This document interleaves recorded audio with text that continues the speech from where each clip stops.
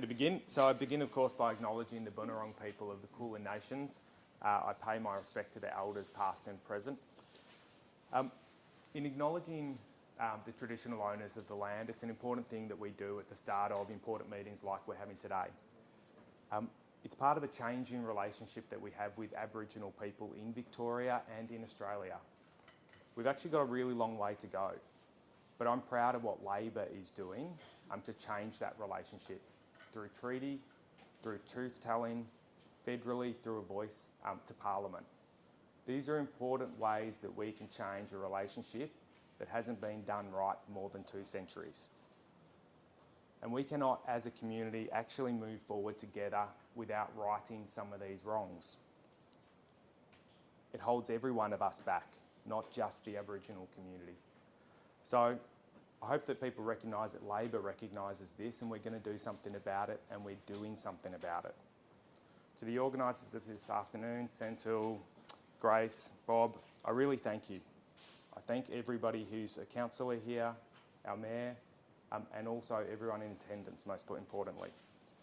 The election in Point Cook is highly contested. We look around the table. There are no safe seats left in Victoria. Evidence of that is the last federal election, and Josh Frydenberg would speak strongly to the fact there's no safe seats in Victoria. The vote here matters. People should take seriously their vote because you're making a choice about the future of our state. And there are clear differences in our futures. I know that if Labor does not win in Point Cook, then Labor will not form government in Victoria. So your vote really matters and you should take it seriously. So what has Labor done and what are we doing in Point Cook right now? We've built or upgraded every freeway entrance, or almost every, I should say, freeway entrance, along Palmers Road, on Snides Road, on Boardwalk Boulevard, all the way through to Duncan's Road. We have more work to do on Point Cook Road, and we're doing it.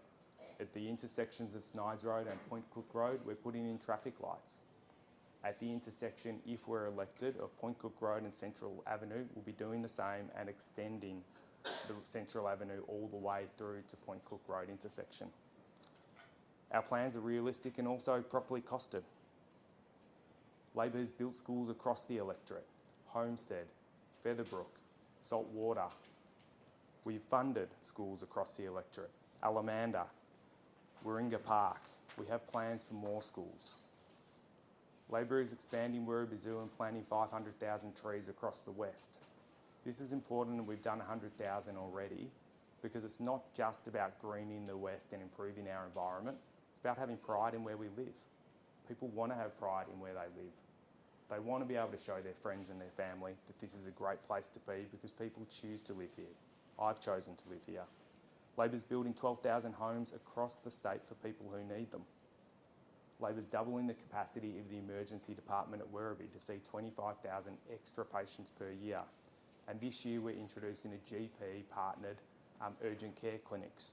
This is to make sure that those people who turn up to Werribee Hospital are not waiting on someone who doesn't need emergency doctors to get served, to get supported.